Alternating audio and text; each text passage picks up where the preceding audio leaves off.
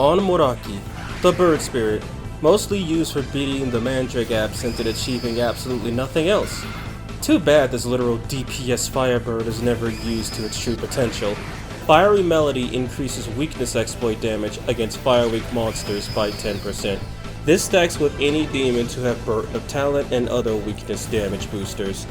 This is scary, as it could do serious damage early game on demons like Nuwa when combined with Lean Inside. While it doesn't work when just using fire on neutral resistances, the extra damage along with the pressed turn from exploiting a weakness can make up for that.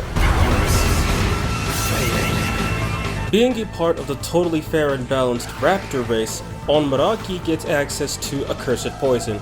This skill attempts to inflict a random ailment that is not Shroud nor Mud on all enemies and reduces their stats by 1.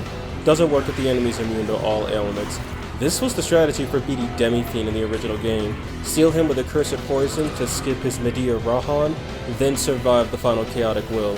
Despite the infliction rate being nerfed in Vengeance, Accursed Poison is still strong, and because you can get the Raptor Talisman in Minato before fighting Nuwa, this could see you through many fights in the early game all the way to the post game.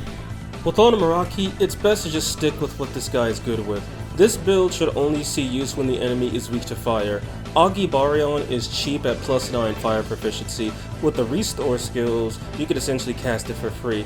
Ragnarok is for dealing the big damage to single targets or as an area of effect spell, assuming everyone doesn't resist fire. You could swap it with Concentrate to squeeze out more power from Aoki Baryon if you aren't running a demon with Dornar Magic Key, or want to conserve your Concentrate gems.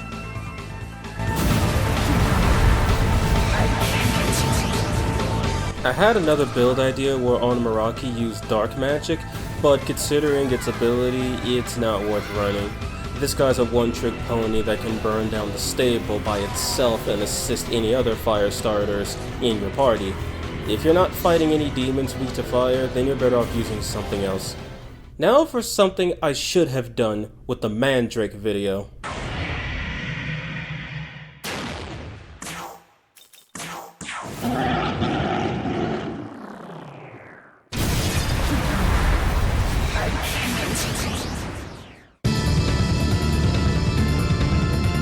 Moloch, the tyrant whose sacrifices require incineration.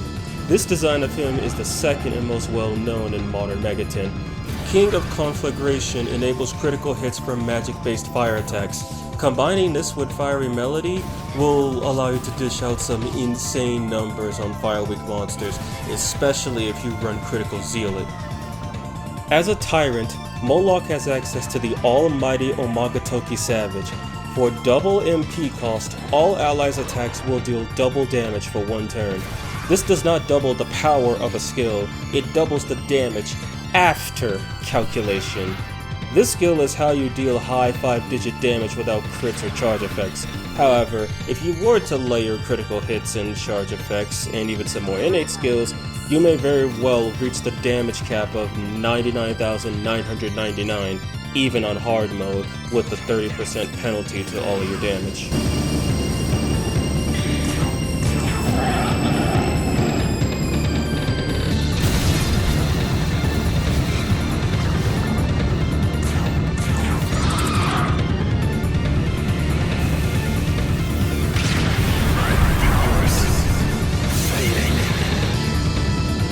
The fires of hell burn hotter in heaven. Take your average Fire Draco Strike crit build and substitute it with the much stronger Ragnarok and the piercing Trisagion. With the extra power of the magic spells and some luck investment, Moloch will be pressing turns even against the sturdiest of foes with the best possible resistances. Pierced critical Trisagion doesn't even require setup since Moloch's innate grants the critical hit chance and, well, Trisagion pierces.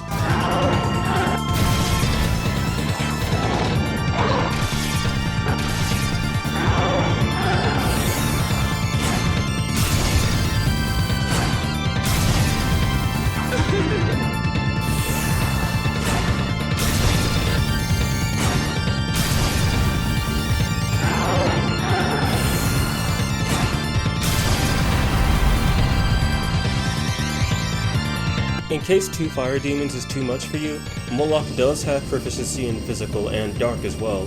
You have the choice of Trisagion for Pierce or Ragnarok for power, Mamuto Baryon for AoE coverage. For physical skill, you could give him Kashyyyk Arts to take advantage of the critical hit chance, Nihil Claw to roll for more crits, or Yabusame Shot for the Pierce and guaranteed crit. While Muto can't crit, it's a decent option for dealing with dark weak monsters and is stronger than Meraki Baryon. I should have done this with Mandrake and Michibushi as well. Moloch and Onmoraki make a decent pairing, with one granting a 10% boost to fire weakness damage and the other allowing fire magic to crit. Since this is shared among all allies, a support demon like Konohana Sakuya would fit nicely into their group to spread even more fiery crits across the battlefield.